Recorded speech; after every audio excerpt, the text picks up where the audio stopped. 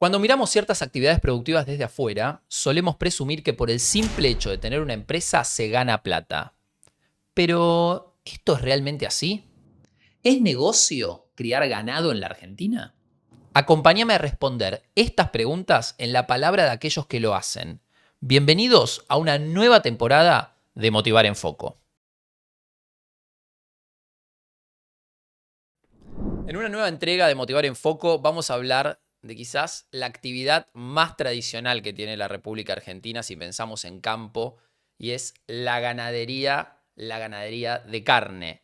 Y para eso tengo un invitado muy especial que está totalmente vinculado al sector de toda la vida. Juan Carlos Eiras, gracias por sumarte a Motivar en Foco. No, gracias a ustedes y más para hablar de ganadería. Sí, un gran sector. Contanos un poco primero cuál es tu vinculación con la ganadería y en qué eslabones participás o participaste a lo largo de tu vida.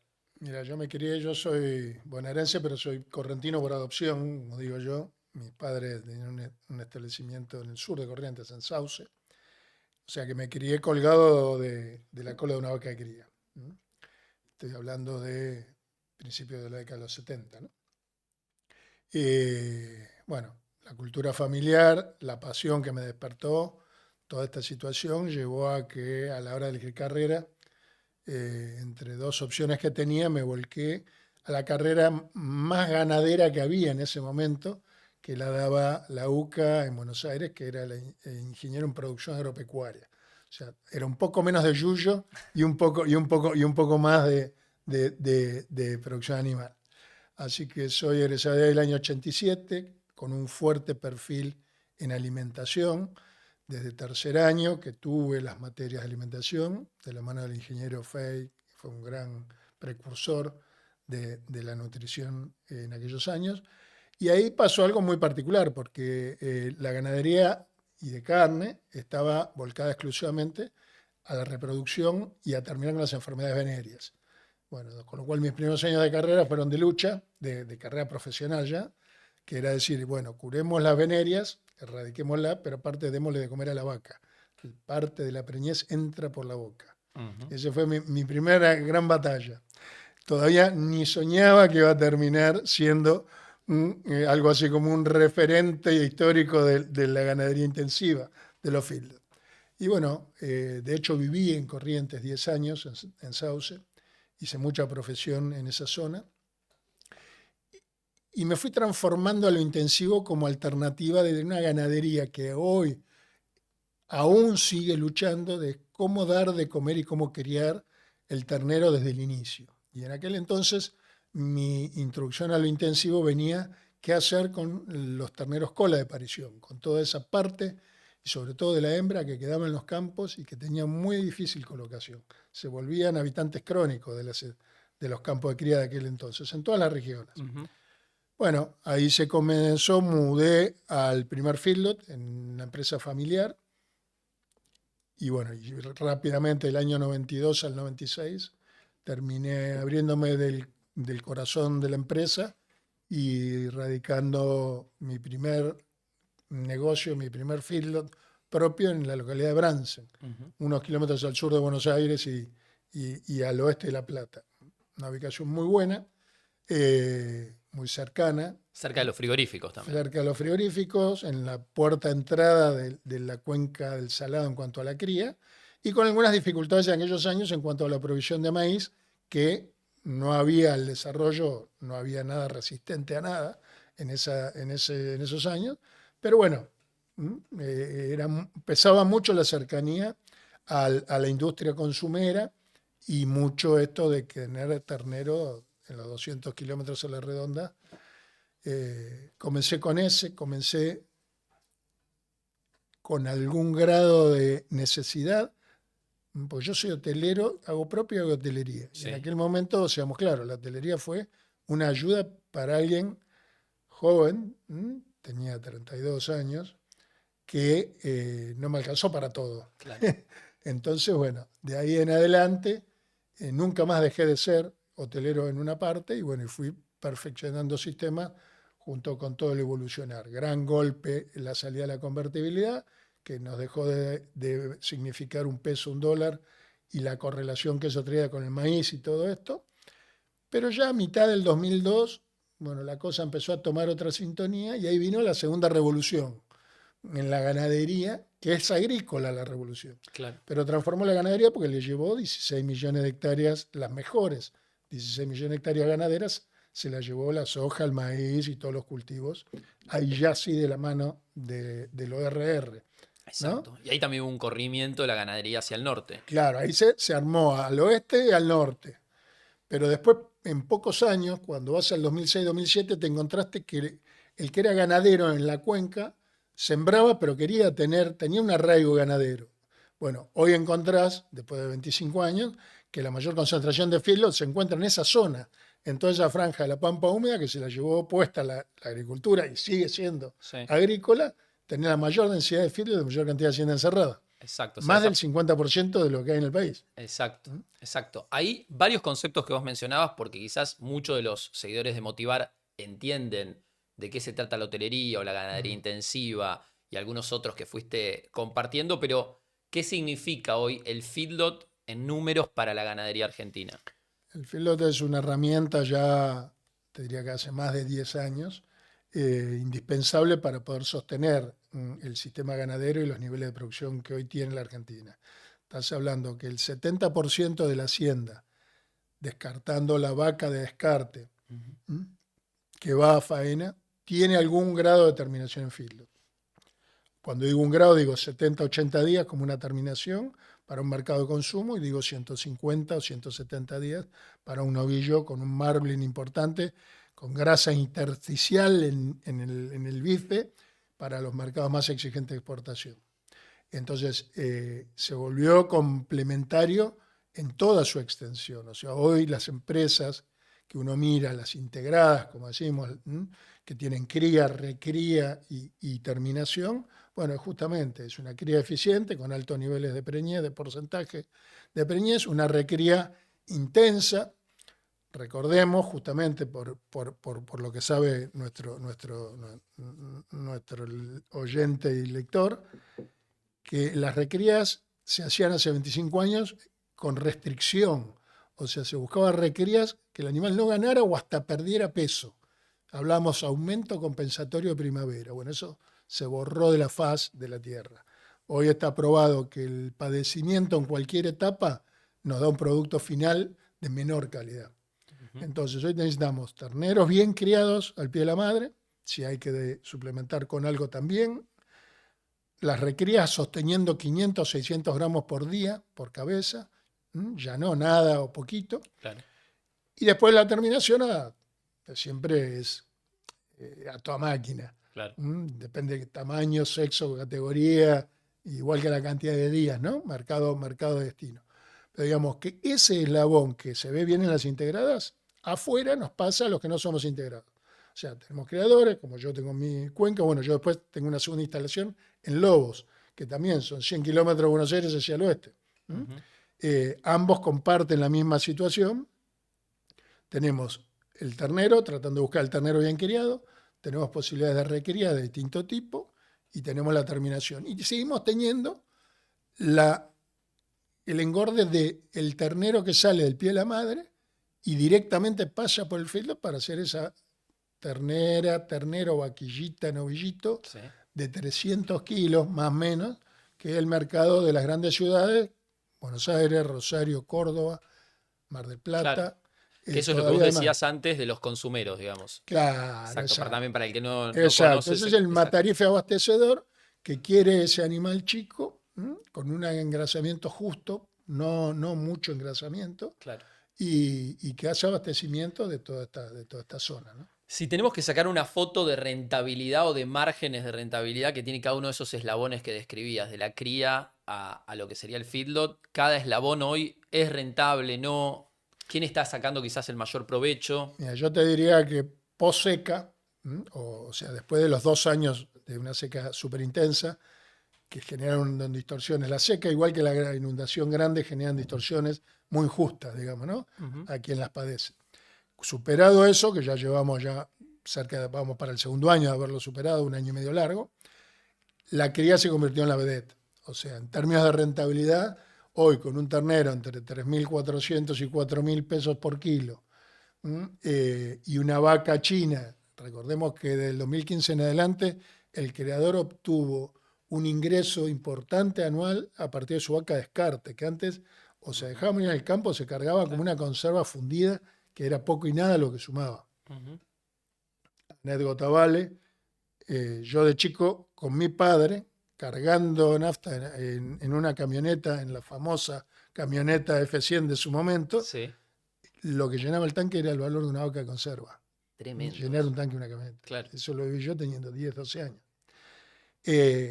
Hoy no, hoy es una fuente de ingreso importante. Entonces el criador redondea entre la vaca descarte a China, o gorda si lo logra, el ternero macho y la ternera hembra que no la deja para reproductora propia, Claro. una situación de rentabilidades que no estaban hace muchos años presentes. Claro, la ganadería está ahí viviendo un buen momento, Un digamos. buen momento. ¿Eso qué permitió? Permitió que muchos criadores también dan el paso siguiente y buscan recriar y vender más pesado su ternero, cosa que es muy sana, ¿eh? Es un agregado, como decimos siempre, el pasto no es gratis, pero claramente es más barato cuando lo tenés porque climáticamente la temporada y el clima te ayuda.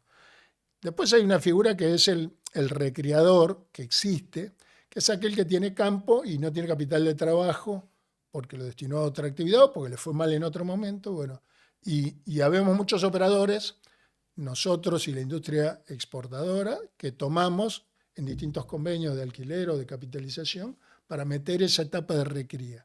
Porque aquel que está pensando en un novillo supermercado, que es el novillito o vaquillona 380 kilos vivo a 440, 450, o en el de la exportación que pide 450, 550 por poner el otro rango, Sí. necesitamos hacer un paso 5, 6, 7, 8 meses por ese campo de recría. Claro. Pero ese campo de recría también lo ayudamos con algo de comida. Entonces volvemos al intensivo. El proceso viene desde lo fundacional. O sea, hoy lo que hay que generar son kilos.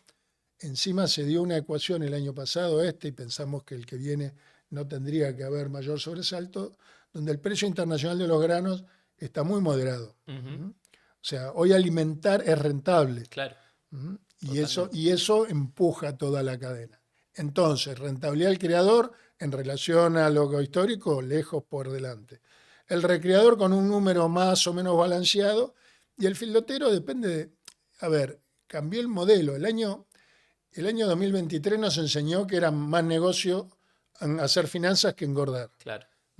El 24 nos hizo tratar de sacar de la cabeza eso, porque ya no era de la misma manera.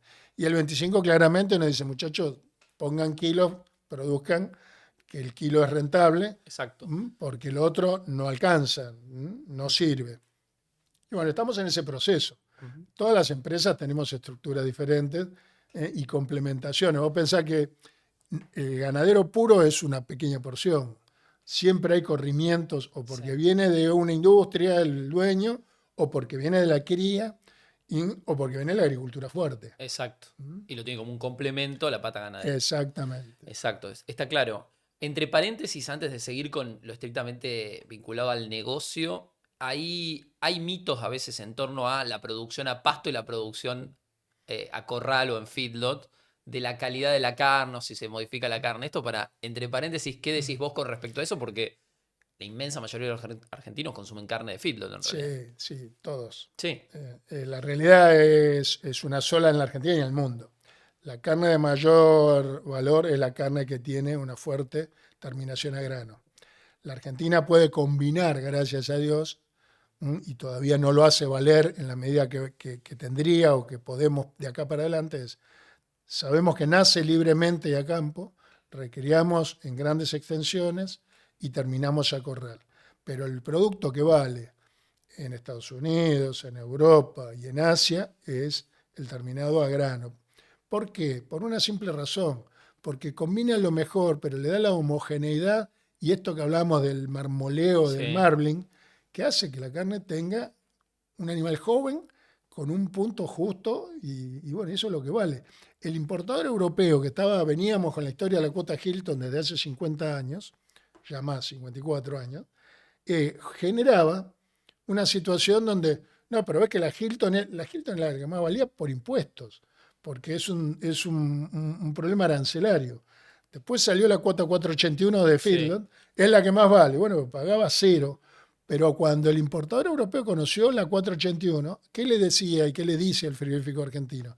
Mandame más como esa. ¿Mm? Claro.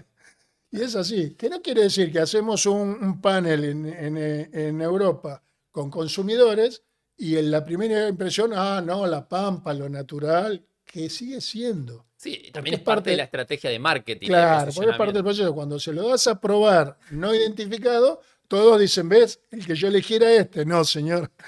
El que usted eligió era nacido en la pampa, recriado en esa pampa que usted ve ahí, pero con una fuerte terminación ecorreal que le da la homogeneidad que necesita el producto. Espectacular. Y ahí, pensando en el negocio puntualmente del feedlot hoy, hay, si tengo que pensar como un jugador que viene de afuera o que quiere sumarse al negocio, una escala mínima de corrales, una infraestructura, en, en números, digamos, cómo se tiene que pensar esa estrategia, tanto para hotelería o como para Sí. hacer engorde Vamos, propio. vamos al propio. Al propio, en realidad, va de esto que decíamos, de qué tengas detrás. Si tenés grano, porque sos productor granario, seguramente que un módulo más chico, 1000 cabezas de capacidad, Ujú. entre 1000 y 1500 cabezas, sea un buen complemento. Ok, Si no tenés el empuje del grano propio, que estás transformando, porque el tema está en que el grano a distancia de puerto, por más que hoy hay muchos puertos secos, como decimos,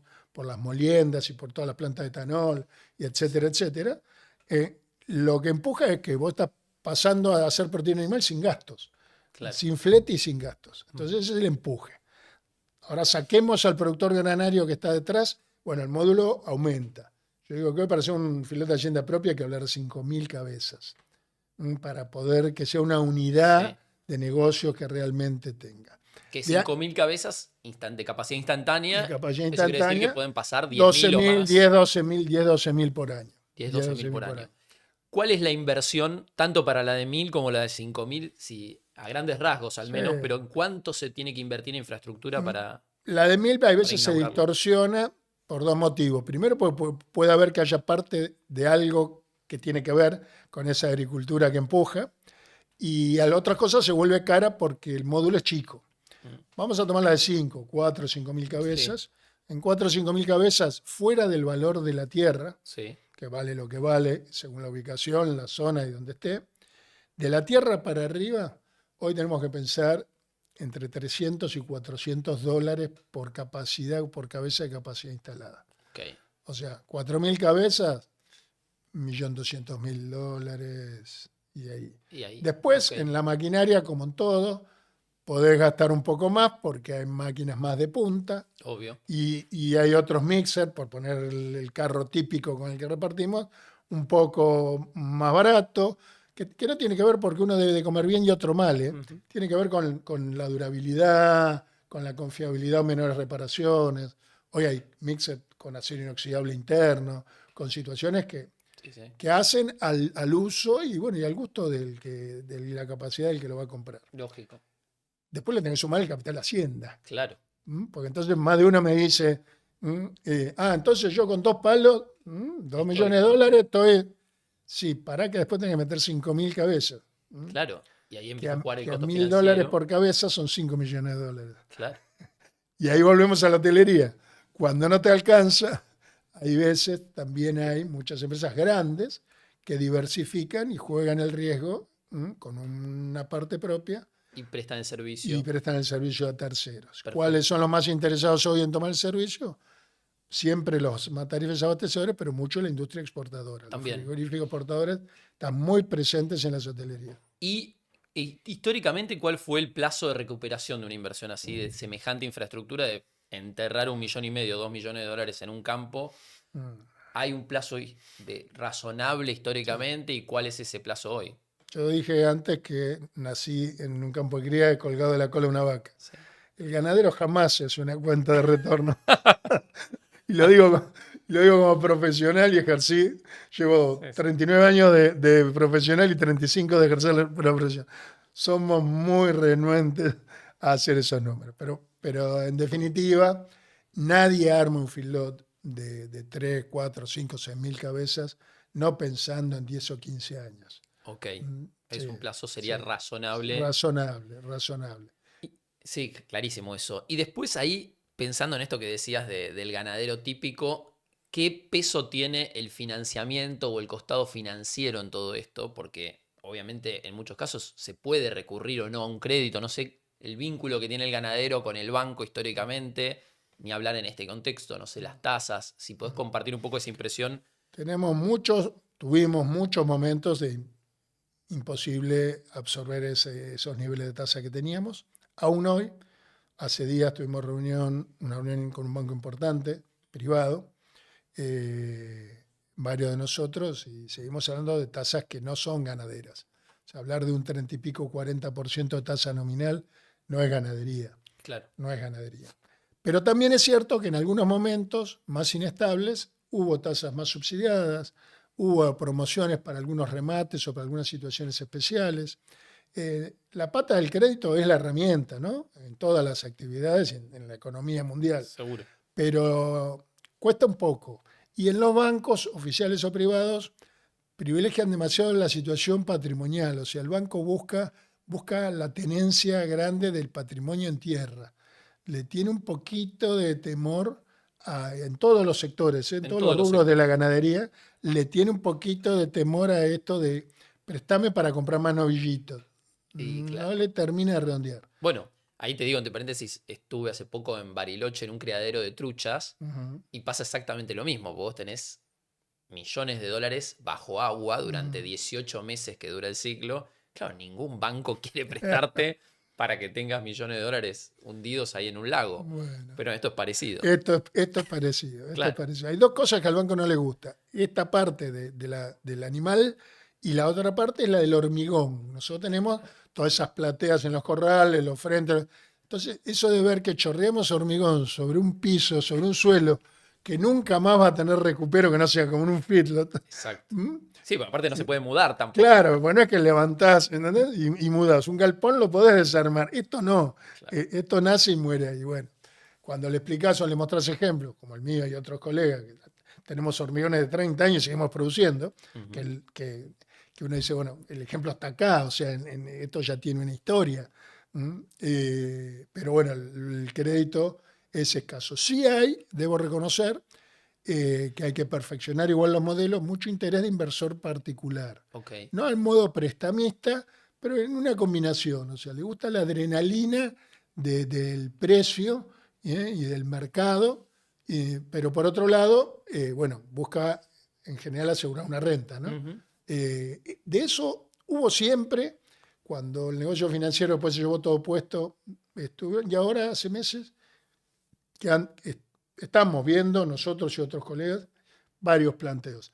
Hay una situación real que el costo de los fideicomisos y todo lo demás sigue siendo alto, ¿no? Obvio. Entonces, darle forma societaria, darle un formato... Requiere una escala importante también. Claro, porque el otro es caro. Pero bueno, hay interés. Sí. Hay interés. Para ir cerrando, una pregunta tiene que ver con la visión de mediano y largo plazo. Argentina está de alguna manera siempre estancado en volúmenes de producción. Hoy se exporta más de lo que se exportaba quizás 10 años atrás. Estamos ahí cerca de los récords de 1 millón de toneladas por año. Pero esa visión de parte tuya, como con tantos años de experiencia y vinculado a tanta gente del sector, ¿hay una mirada de mediano a largo plazo de hacer crecer la cantidad de toneladas que produce la Argentina en ganadería de carne? Mira, hay un deseo de la boca para afuera de toda la cadena. Sí. No hay un accionar público-privado intenso. Yo pertenezco también al Consejo Asesor, coordino el Consejo Asesor del IPCBA, y la reunión de este mes se dedicó a ese tema. La Argentina tiene 2 caminos. Uno, aumentar 3 caminos, corto. Uno, dice, vamos a aumentar el stock de vacas. Señores, esas vacas tienen que ir a campos donde haya comida porque parte de la preñez entra por la boca. Y la Argentina tiene 65% de preñez o de ternero logrado por cada 100 vacas que pone en servicio. Entonces, el más lento y el más lejano. El segundo sí, productor mediano y chico, ayudar a que sea más eficiente en ese proceso de cría para tener más terneros. Pero claramente la herramienta de los próximos 5 años es poner más kilos en cada ternero que ya logramos nacido. Tres números. La Argentina, 227, 228 kilos de carne en el gancho, las dos medias reses, la res completa.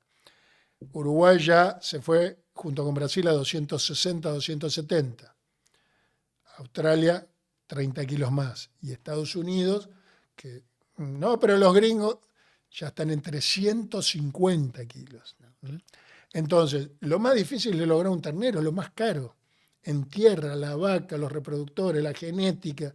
Una vez que lo logramos, tenemos que encontrar condiciones para hacerle más kilos. Ahora, yo productor, digo, sí, yo hago más kilos, pero si esos kilos valen. Claro. Porque si vale más el liviano que el pesado, me quedo haciendo, continúo haciendo liviano. Bueno, esta rosca y la atomización que tiene el sector, miles de productores, cientos de operadores matarifes, etcétera, etcétera, más las políticas de distintos gobiernos que no siempre tuvieron, no hay una política de Estado para esto, pero bueno, el camino está por ahí, ¿no? Y ahí me la dejás servida para preguntarte si es negocio producir carne en la Argentina. Mira, yo creo que va a ser un negocio muy grande y mirando un mediano plazo digo 5 o 10 años. Yo no soy amigo del boom ganadero, soy amigo de un crecimiento y la mejora continua de todos estos indicadores que nos va a llevar a un mundo que sin duda va a pagar cada vez más, porque cada vez en menos lugares se puede hacer ganadería vacuna y de calidad. Entonces, vieja frase, el éxito lo tenemos asegurado, estamos condenados al éxito. Bueno, en el medio hay un camino que si no lo hacemos, no lo construimos, esto cada vez se nos va a ir corriendo más para adelante. Ahora sí hay rentabilidad posible, somos productores de granos y de subproductos de los granos, de una manera increíble. Bueno, contra países que viven en seca eterna. Claro. Australia nos invadió y a mismo a Estados Unidos le copó la parada. Hoy volvieron todos de Shanghái, de las ferias de Ciales. Ven los australianos, entonces ven $40 el kilo Australia. Claro. Australia que se está desertificando, que cada vez le cuesta una fortuna producir una tonelada de maíz. Y así, pero bueno, atrás tiene el resto ordenado. Así que nada, yo lo veo como un muy buen negocio. Yo a esta altura ya me voy a quedar. Como dice el amigo Zucco, yo ya viví, saqué la cuenta, 3.200 semanas de las 4.000 que tengo más o menos estimadas. Está bueno, yo lo cuento en meses, pero está bien. Bueno, que Zuccovici lo hace en... Son 1.000 meses aproximadamente, yo Bueno, ya voy por los 400. Bueno, así que... él toma 4.000, 4.200 semanas, a mí ojalá me queden 800 o 1.000. Entonces, bueno, yo me quedo y se van a quedar muchos, porque es apasionante.